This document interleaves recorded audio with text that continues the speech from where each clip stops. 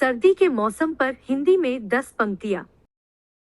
प्रकृति में कई सारे मौसम होते हैं, पर मूल रूप से देखें तो इनकी संख्या 3 होती है। ये 3 मौसम है गर्मी, सर्दी और वर्षा। ये तीनों क्रमशः मार्च से जून, जुलाई से सितंबर तथा अक्टूबर से फरवरी के महीने में आते हैं। इनके बदलने के हिसाब से ही हमें अपने खान पान और कपड़ों में बदलाव करना होता है। सर्दियों के मौसम में बढ़ती हुई ठंड से शरीर को बचाने के लिए कई उपाय करते हैं। बहुत से लोगों को अधिकतर सर्दियों का मौसम ही पसंद आता है। आइए सर्दियों के मौसम के बारे में इस 10 पंक्तियों के लघु निबंध को पढ़ें। सर्दी के मौसम को शरद ऋतु भी कहते हैं।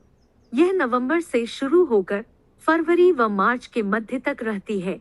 शरद ऋतु पृथ्वी के उस गोलार्ध पर आती है जो सूर्य से अत्यंत दूरी पर होता है। शरद ऋतु के समय हमारे कपड़े और खान पान बदल जाते हैं, जो हमारे शरीर के लिए आवश्यक होता है। शरद ऋतु में तापमान तेजी से घटता है, कई बार यह 0 डिग्री तक भी पहुंच जाता है।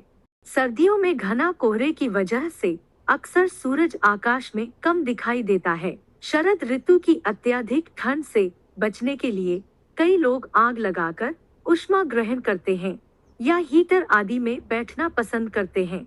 पहाड़ी क्षेत्रों में शरद ऋतु के समय बर्फ भी पड़ती है। पर्यटक लोग इसका आनंद भी लेते हैं। शरद ऋतु के बाद वसंत ऋतु आती है, जिसे ऋतुराज भी कहते हैं। शरद ऋतु के दौरान कई महत्वपूर्ण त्योहार आते हैं, जैसे दिवाली, क्रिसमस, वसंत पंचमी आदि। बहुत सारे जानवर और जीव जंतु सर्दियों के समय हाइबरनेशन में जाते हैं, यानी किसी स्थान पर छिप जाते हैं और गर्मियां आने पर बाहर निकलते हैं।